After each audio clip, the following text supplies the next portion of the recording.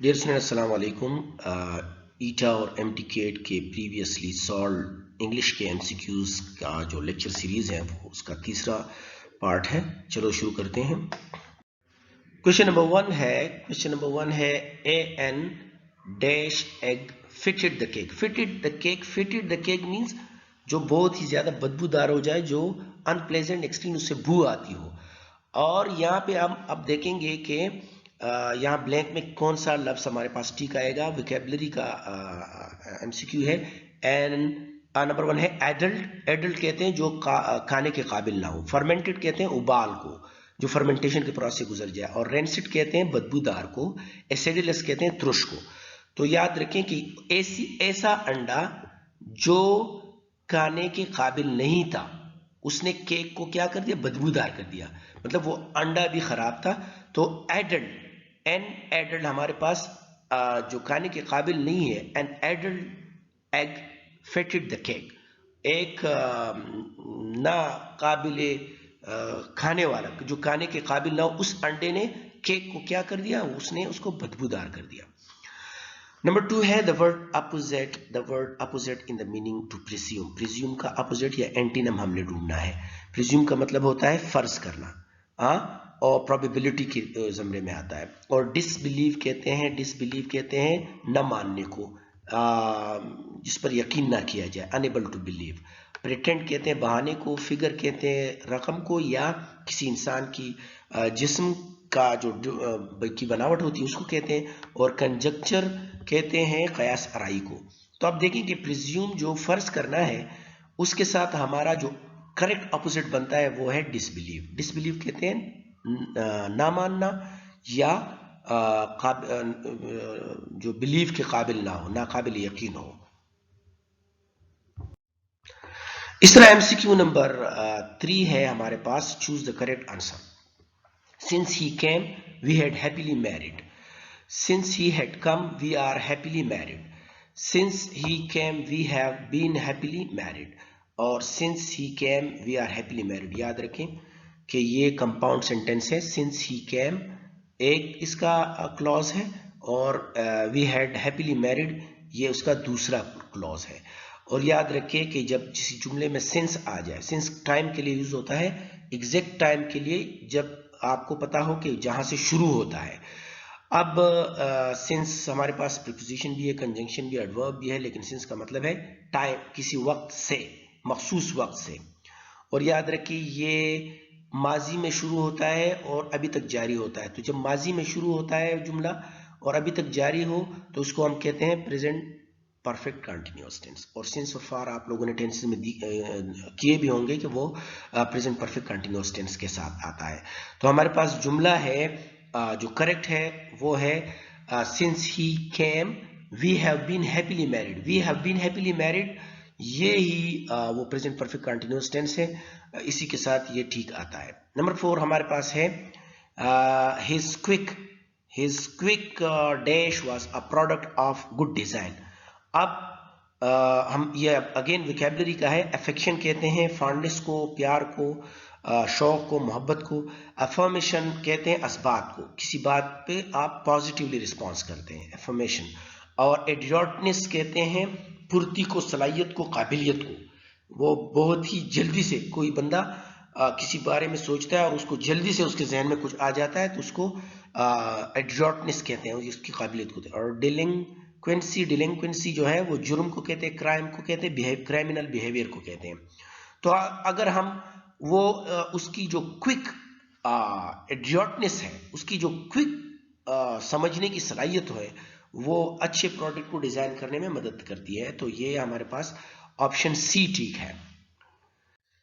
इस तरह हमारे पास क्वेश्चन नंबर 5 है। In the following sentence choose the word or phrase from underline option which is grammatically incorrect. Grammatically incorrect आप अंदाजा लगाएं। ग्रामेटिकली इनकरेक्ट, इसमें एक बात ये होगी ग्रामेटिकली इनकरेक्ट है। इसको देखते हैं। I will see you when I shall come back in town.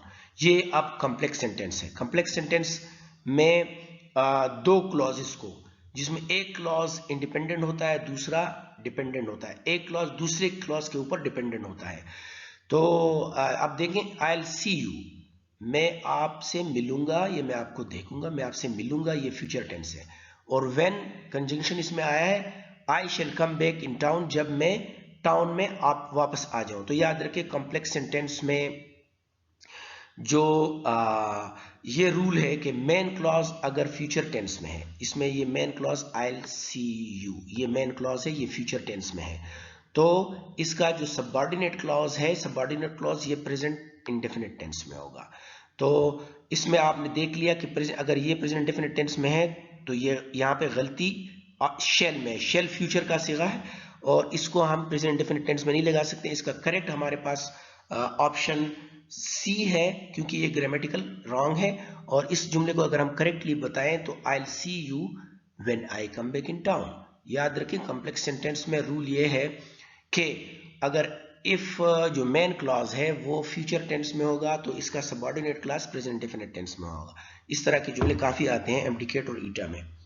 हमारे पास 6 नंबर एमसीक्यू है। In the following sentence choose the word phrase from underline option which is grammatically incorrect. Again grammatically incorrect एक हमारे पास option आएगा।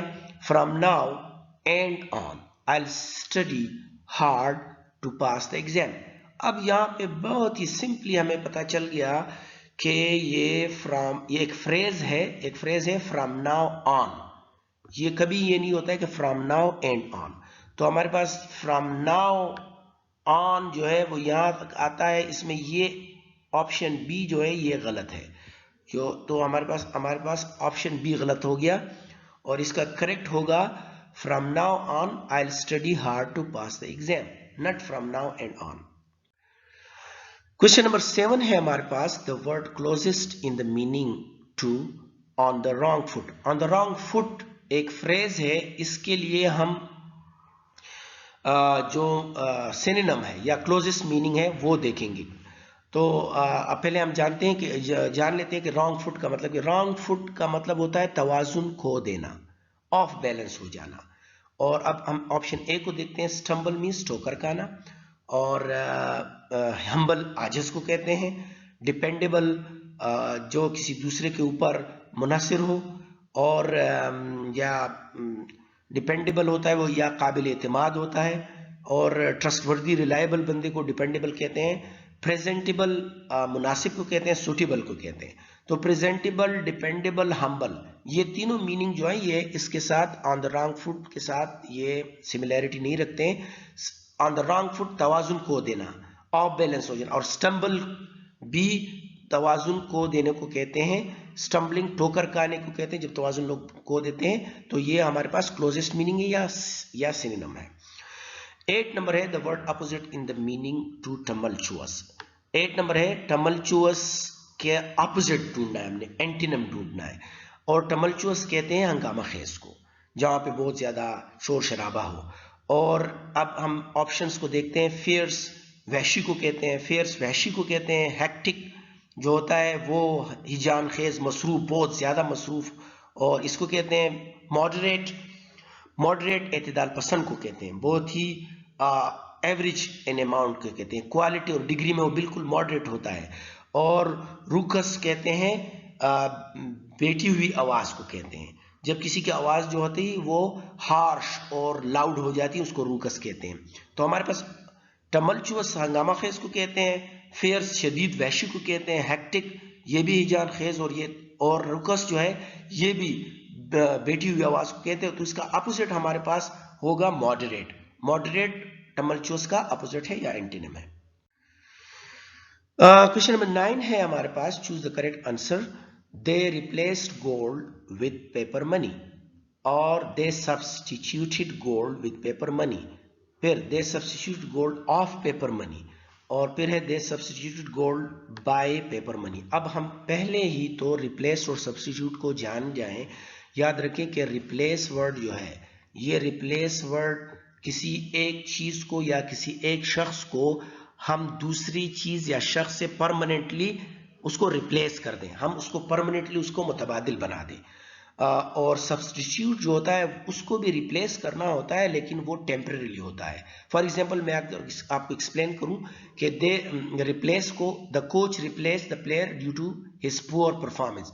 एक player था वो बार बार poor performance दे रहा था, या आजम खान जो है इसको अभी चांस दिया गया इंटरनेशनल T20 में, लेकिन उसने पुअर परफॉर्मेंस दी तो उसको आप टीम में सिलेक्ट नहीं किया, उसको रिप्लेस कर दिया गया दूसरे खिलाड़ी से, तो ये परमानेंटली रिप्लेस होता है उस वक्त तक जब ये दोबारा कहीं उसको चांस मिलता है। और सब्स्टिट्यूट अगर एक मैच में मैच जारी है, बंदा खिलाड़ी बेहतरीन कारकर्दगी भी दिखा रहा है लेकिन वो जख्मी हो जाता है, तो for the time being temporarily उसकी जगह दूसरे खिलाड़ी को सब्स्टिट्यूट कर दिया जाता है। तो the coach substituted player because he was injured.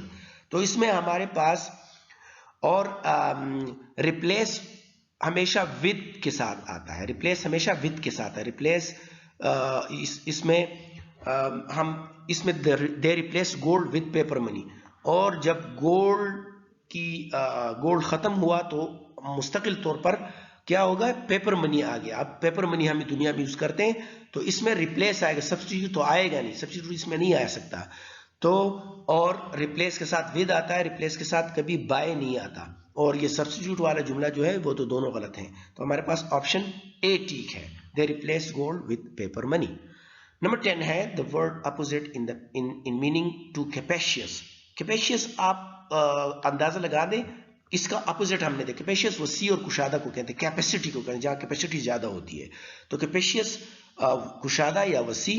और अब हम ऑप्शन के देखते हैं, वोल्यूमिनस वॉल्यूम जिसका ज्यादा हो, बिग बड़ा। कमोडियस कमोडियस भी कुशादा और आरामदेह को कहते हैं, जहां जहां ज्यादा जगह हो। लार्ज कहते हैं बड़े को, और रिस्ट्रिक्टेड कहते हैं महदूद को।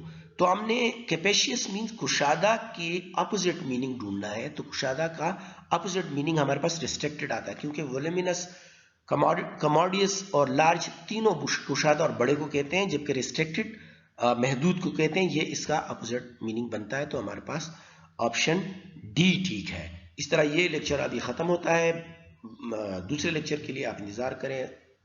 Thank you very much.